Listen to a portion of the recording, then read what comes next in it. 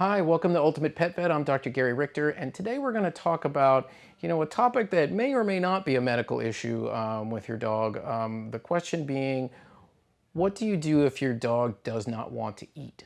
So, one of the things that I often remind people is that our pets, both dogs and cats, they're very much creatures of habit and pattern. So, some dogs, every meal, no matter what gets put in front of them, they're going to eat it, no matter what it is, no matter when it is. Other dogs, they're a little bit more casual about mealtime, and they'll just kind of eat when they're hungry. They may be a little bit more picky about food, so if something changes, maybe they're not going to be, as keen to eat it. So, with regards to the question of whether or not it's something to worry about if your dog misses a meal or misses more than one meal, some of that has to do with, is that part of their normal pattern?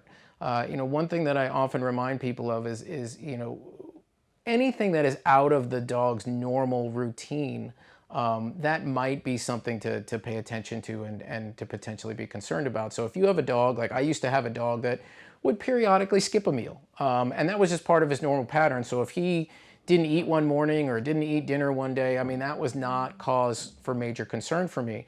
Now, with the two dogs I have at home right now, if they said no to breakfast or dinner, that would be something that I would be a little bit more concerned about. So again, just keeping an eye on what their normal patterns are is really going to be step one.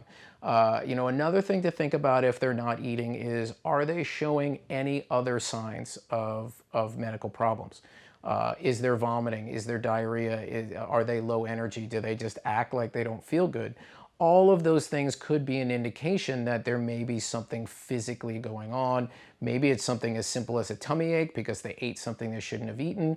Maybe it's something a little bit more serious that may require medical attention. So again, I mean, on some level, you need to use a little common sense here with regards to what other things are you seeing. I mean, if they seem particularly sick to you, if they're vomiting repeatedly or they have significant diarrhea, particularly if there's blood in it, that's something that you should really call your veterinarian about. As a general rule, if a dog misses one meal, it's certainly not concerning to me from the standpoint of, physiologically speaking, are they going to be able to maintain their blood sugar, these sorts of things. I mean, just about any adult dog can skip multiple meals and be fine from a nutritional sense in the short term. Really, it's just that question of, why are they skipping that meal?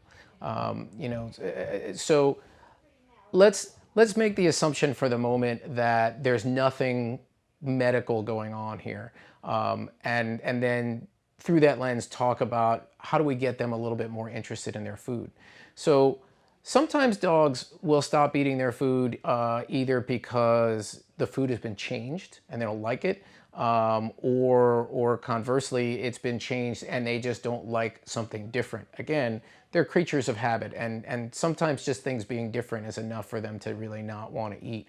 I mean, if you're gonna add new food, or you're gonna add something to their food, particularly if you have a picky dog, frequently what you want to do is you just want to add whatever that new thing is really slowly and gradually, so there's not a really dramatic change at any one moment that might make them want to sort of shy away from their food. Another thing you can do if they're not eating particularly well, is you can warm their food up a little bit. This is more specifically like dry, canned food or fresh food. If you warm it up a little bit, it smells a little bit more, it tastes a little bit better. Sometimes they're a little bit more interested in eating. Obviously, that's not going to work so well with dry food, but with canned food and fresh food, it can work very, very well. Another thing that you can do is you can add something like low sodium chicken broth or beef broth. Warm a little of that up and pour it over their food. That can really kind of get the juices flowing, so to speak, and make them a little bit more interested. So functionally, getting them to eat it's about temptation. It's about making something smell good. It's about making it taste good. And a lot of times once they get going, they will they will do just fine, and they'll just keep on eating. That's some really good tips just to encourage your pet to eat.